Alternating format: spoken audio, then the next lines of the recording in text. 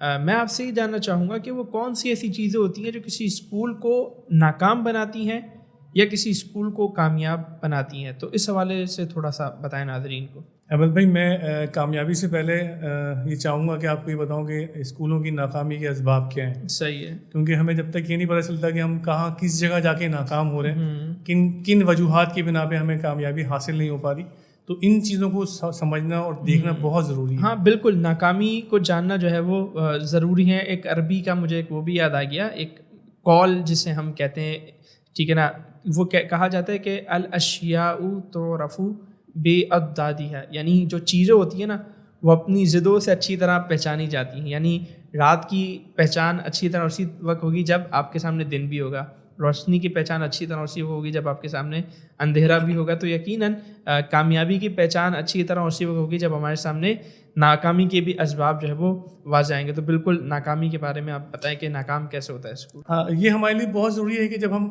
School کو start کرنا چاہیں تو یہ بہت ضروری ہمارے لیے ہوتا ہے کہ ہم آبزرو کریں کہ ہم کس علاقے میں اسکول کھول رہے ہیں۔ صحیح ہے، اور اس پوائنٹ سے ہی ساری چیزوں کو ہم ڈیولپ کریں۔ ٹھیک ہے۔ اچھا، اب آپ کا جو سوال تھا وہ یہ تھا کہ اسکول کی ناکامی کے اسباب، یعنی میں اس کو ایسے لے لیتا ہوں کہ ہم آلریڈی کوئی اسکول دیکھ رہے ہیں یا ہم کسی اسکول کو آبزرو کر رہے ہیں اور وہ کامیاب نہیں ہو پا رہا۔ اچھا دیکھیں، سب سے امپورٹنٹلی یہ تو یہ کہ اس بلڈنگ یعنی جہاں پہ اسکول بنایا گیا ہے اس کی بلڈنگ کا اسٹرکچر کیا ہے۔ کیا ایسا تو نہیں ہے کہ بہت چھوٹے پیمانے کے اوپر وہ اسکول بنا دیا گیا ہے، یا کسی مطلب اس لیول کے اوپر ہے کہ ایک کلاس کے اندر اسٹوڈنٹ کی اسٹرینتھ بھی پرومیننٹ انداز سے نہیں آ پا رہا، یا عام الفاظ میں جس کو کہتے ہیں نا کہ گورنمنٹ کا جو ایک لا ہے کہ ایٹ لیسٹ 240 سے ابو کی بلڈنگ ہونی چاہیے۔ صحیح ہے، یہ ہماری گورنمنٹ آف پاکستان کی ریکوائرمنٹ ہے کہ ہم بلڈنگ جب بھی اسٹیبلش کریں وہ 240 سے ابو ہونی چاہیے۔ یہ اصول کتنا فالو ہوتا ہے؟ یہ اسکول 100% میں سے کتنا یہ اصول فالو کیا یہ جاتا ہے؟ آپ اگر دیکھیں کچھ لو پروفائل ایریاز میں آپ چلے جائیں تو میں نے تو 120 کے اوپر بھی اسکول دیکھے ہیں، میں نے 180 کے اوپر بھی دیکھے ہیں، میں نے جو ہے وہ 80 گز کے اسکول بھی دیکھے کہ ایک چھوٹی سی بلڈنگ کے اندر جو وہ 4 یا 5 منزل ہے اس کے اندر اسکول وہ چل رہے ہیں۔ اب آپ دیکھیں کہ وہ کیا سروسز دے پا رہے ہوں گے بچوں کو، کیا تعلیم دے پا رہے ہوں گے، تو وہ معاملات ان کے وہ اس لیول کے نہیں جو کہ ہونے چاہیے۔ تو ایک بہت ضروری ہے کہ ہمارے اسکولوں کا جو انفراسٹرکچر ہے، جو بلڈنگ ہے یا انفراسٹرکچر ہے یا اس کا جو سائز ہے وہ میٹر کرتا ہے۔ لیکن ایک مطلب ایک ایریا جہاں لوگوں کے پاس اتنے وسائل نہیں ہیں وہاں تو اسکول چھوٹے پیمانے پہ ہی ہوگا نا، وہاں کیسے وہ 240 گز کی جگہ وہ ارینج کریں گے؟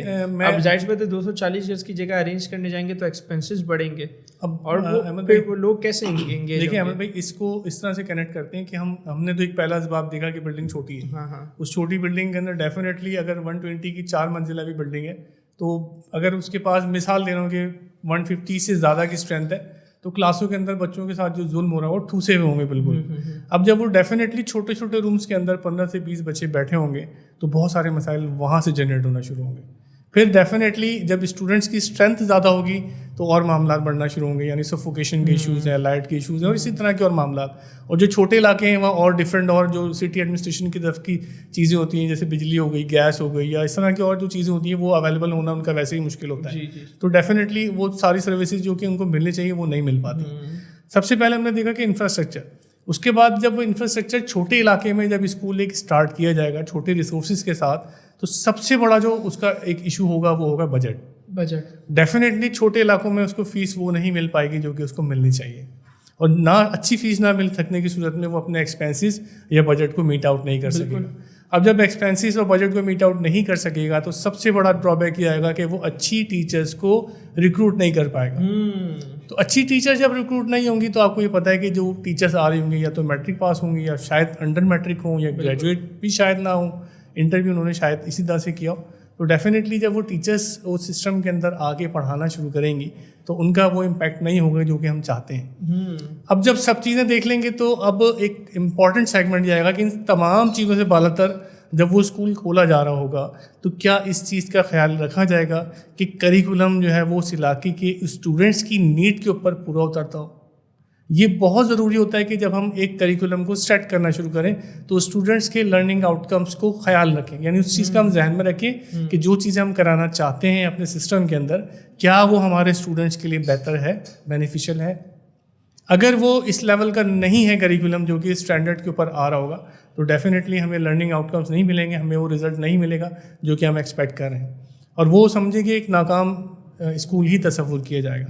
پھر اس کے ساتھ ساتھ جنرل ایجوکیشن کے معاملات ہیں, ڈسپلن کے معاملات ہیں. اسٹوڈنٹس کی اچھی ٹیچرز نہیں ہوں گی تو ڈیفینیٹلی آپ کو پتہ ہے انوائرمنٹ بھی ویسے ہی ڈیولپ ہو رہا ہوگا, کہ جو ہوتا ہے بچوں کا سلنگ لینگویج کا استعمال, ڈسپلن انڈسپلن کی ساری ایکٹیویٹیز اس کے اندر شامل ہو جاتی ہیں, جس کو ہم عام الفاظ میں کہہ سکتے ہیں کہ ناکامی جو ہے وہ کنٹینیو. اب اسکول چلتا تو ہے, چلا لیتے ہیں لوگ, لیکن معاملات وہ نہیں ہوتے کہ جو کہ ایکسپیکٹیشنز ہوتی ہے. ہمارا اسکول کھولنے کا آبجیکٹیو, ہمارے اسکول کھولنے کا مقصد یہ کہ ایک اچھی اسٹوڈنٹس کی جو ہے نرچرنگ کر کے ہم ایک اچھی کھیپ جو ہے وہ مارکیٹ میں یعنی ہم بھیج سکیں, جس کے تھرو بچہ جو ہے اچھے انداز کے اندر جا کے اچھے کالجز میں, یونیورسٹیز میں ایڈمیشن لے سکے.